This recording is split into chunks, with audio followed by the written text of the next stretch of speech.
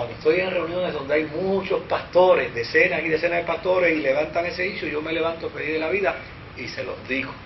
Les digo, mientras ustedes le estén moviendo la cuica a los políticos de Puerto Rico, ellos van a seguir brincando en la cuica. Pero son ustedes los que mueven la cuica.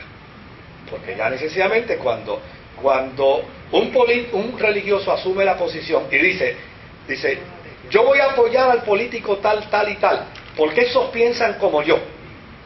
Y voy a estar en contra de los políticos tal y tal y tal, porque esos no piensan como yo. Pues ¿sabe lo que eso provoca?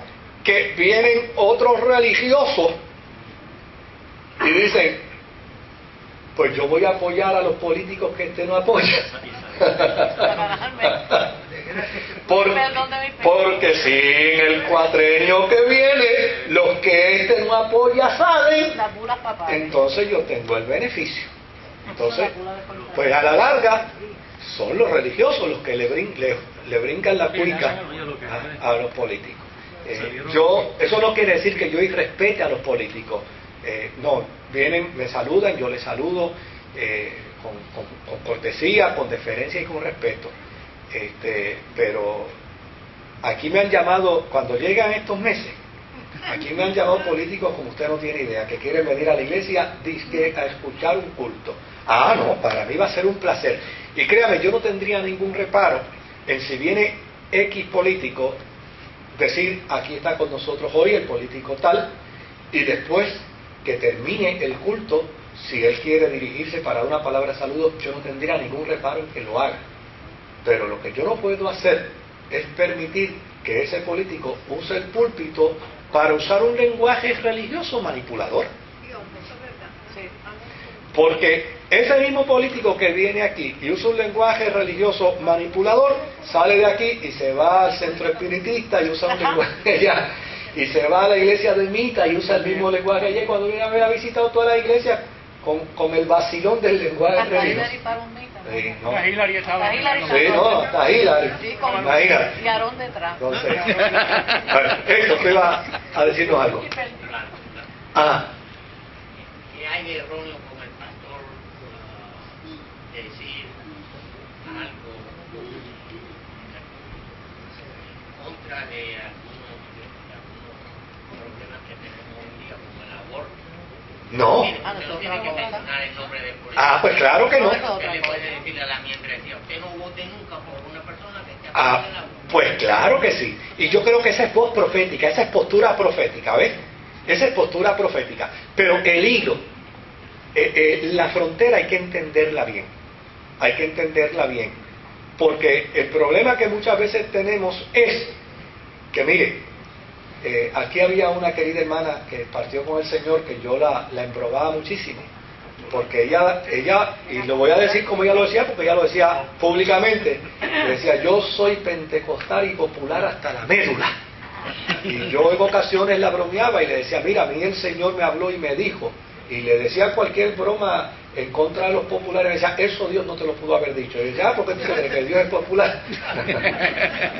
O sea, ese es el planteamiento que a mí me preocupa. O sea, a mí me preocupa por una sencilla razón, porque Dios ni es popular, ni es PNP, ni es estadista. Pero si yo voy a asumir una postura profética, porque el partido contrario está diciendo cosas que atentan contra mi fe, pero cuando el partido que a mí me gusta dice cosas contra mi fe, yo me quedo callado, entonces yo soy un hipócrita, ¿ves? Entonces yo no estoy asumiendo una actitud profética. Mi actitud profética es indistintamente el partido político me guste o no me guste, o yo esté afiliado a él, o yo vote por él o no vote por él. Esa debe ser la postura de integridad. Pero entonces cuando yo veo digo, no todos los religiosos, ¿verdad? Pero cuando yo veo algunos religiosos en Puerto Rico, óigame, el discurso que dan es un discurso de colores. Y uno dice, oye, pero entonces no es voz profética. No, yo dejo de ver el programa. No es una voz profética. Bueno, paréntesis. Vamos a otro individuo que a mí me parece que también es importante mencionar en este periodo del siglo XVIII. Se llamaba Juan Jacobo Rousseau. ¿verdad? Juan Jacobo Rousseau. Para él, El contrato social. ¿verdad? Para él, el progreso no es real. Lo que pasa es que el ser humano se ha apartado de su estado natural y ha caído en la artificialidad. Óigame, y ese planteamiento de Rousseau es tan válido hoy. Que te apartó de quién es el ser humano. El ser humano se ha apartado de su estado natural y ha caído en la artificialidad. Esa era su tesis. Y eso se pudiera aplicar hoy de manera tan extraordinaria. Mire, me van a perdonar, pero yo voy a decir algo aquí que a lo mejor alguno de ustedes no esté de acuerdo y tiene el perfecto derecho a no estar de acuerdo. No hay ningún problema con eso. Pero, por ejemplo, cada vez que yo escucho la postura del puertorriqueño como si nosotros fuéramos un país desarrollado, a mí me da ganas de reír por no echarme a llorar. Porque lo único que hay que hacer es montarse en un carro e ir al centro médico y ver si esto es un país desarrollado. Y ver allí, en el centro médico, una persona que llega, óigame, y a los 7 días todavía está tirado en una esquina, con una pierna rota, ¿ah? Y en el pasillo, y todavía no la... Yo digo, oye, ¿y dónde está el desarrollo de este país? Cuando yo veo aquí la manipulación que se ha hecho, y luego digo, me perdonan, pero yo creo que la voz profética debe ser profética. Cuando yo veo aquí el atropello y el abuso que se ha creado contra los ancianos, con la cosa esta de los planes médicos, digo, oye, ¿quién me viene a ¿quién me viene a mí a convencer que esto es un país desarrollado, donde todavía los listos se aprovechan de los ingenuos?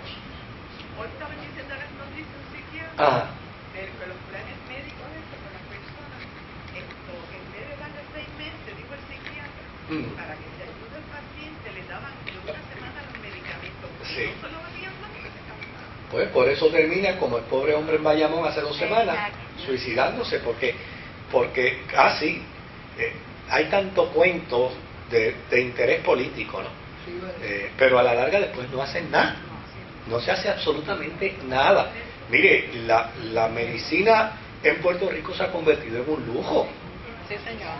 En un lujo, o sea, y lo que es triste y doloroso es que quien tiene capital puede curarse, quien no lo tiene está a merced de la desgracia, porque lo que le están dando son bombones de menta para curar condiciones, y todo porque, bueno, vamos a darlo ahí, ¿verdad? Vamos a ir a don Rousseau.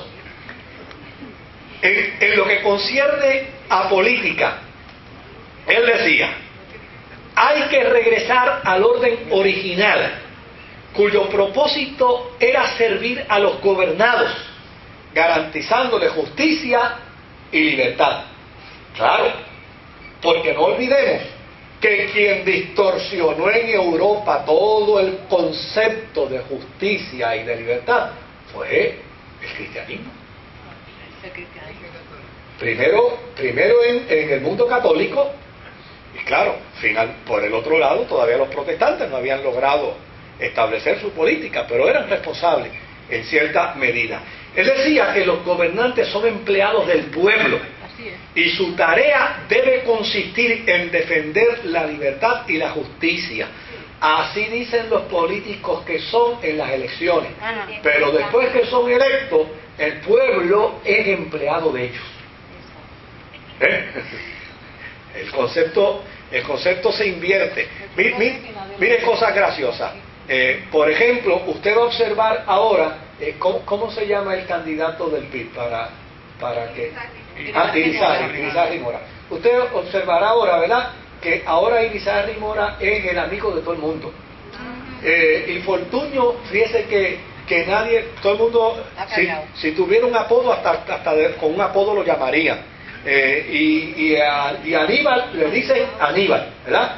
Pero, o sea, todo es con un lenguaje pueblerino, de integración con el pueblo y demás, ¿verdad? Un lenguaje de intimidad. Hasta que uno de los tres, al otro día, Óigame, es el honorable gobernador de Puerto Rico, y Dios libre que alguien le llame Irizario, le llame Aníbal o le diga Fortunio. ¿Ves? Ese elemento se vicia dentro de los procesos.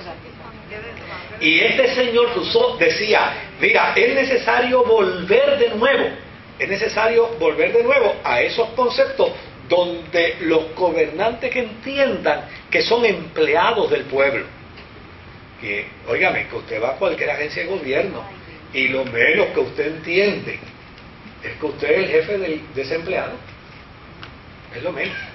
Es todo lo contrario. El empleado se cree que el empleado le agarra al pueblo y lo masacra. Ahora, fíjese, en lo que a religión se refiere, Rousseau decía, los dogmas y las instituciones son parte de la corrupción que ha marcado el supuesto progreso humano. Los dogmas y las instituciones, ¿verdad? Él decía, es necesario volver de nuevo a la religión primitiva natural que consiste en creer en Dios, en la inmortalidad del alma y en el orden moral.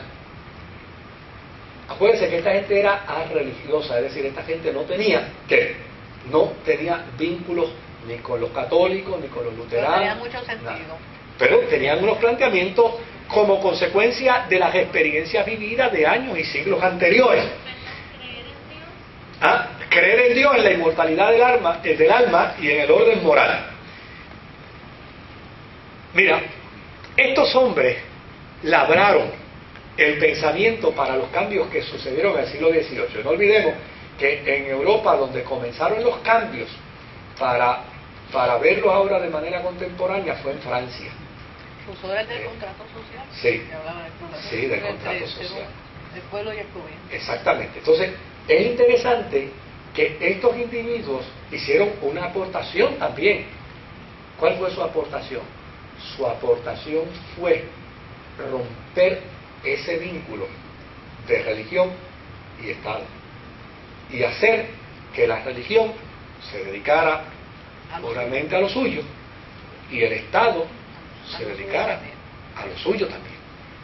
O sea, no podemos ver a esta gente como unos hijos del diablo que se introdujeron para afectar la fe. No, fueron gente necesaria porque de la manera como respondieron, ellos respondieron dentro de un contexto muy particular, y fue ese doloroso y triste periodo de tiempo donde la iglesia tuvo en sus manos al pueblo, pero no supo qué, no supo aplicar el sentido de justicia, el sentido de imparcialidad en el pueblo. Era todo lo contrario. Cuando hablamos de aquel periodo donde empezaron a imponerse nuevas posiciones dogmáticas dentro de la iglesia, se acordarán de las cosas ridículas que se planteaban, donde se le decía a la persona, usted tirando la moneda, el espíritu saliente. Y óyeme, y yo diciendo eso, y este hombre va a coger los cuentos ahora. Qué oportuno. Usted tirando la moneda y el alma del ser, del difunto suyo, ascendiendo al cielo. Mejor que no tiren moneda que no. ¿Verdad? Mejor entonces que no tiren moneda. Pero fíjese qué cosas más ridículas y más ignorantes que esas, y eran avaladas precisamente por la iglesia en aquel momento. Hay alguien del que no podemos dejar de hablar, aunque sea unos 15 o 20 minutos. Tal vez el más controvertido y el más difícil. Se llamaba Emmanuel Kant. ¿Cuál? Emmanuel Kant. Kant. Okay. Alemán Era alemán. Algunos están aquí recordando tiempos universitarios y académicos, ¿verdad? Ok. Pues don Emmanuel Kant era alemán. ¿Qué apodo tenía? Ninguno. Era un gran filósofo. Se le conocía como un hombre de profunda puntualidad, de profunda cabalidad y de una disciplina personal extrema. Él creyó inicialmente en las doctrinas racionalistas, pero cuando Hume apareció con su postulación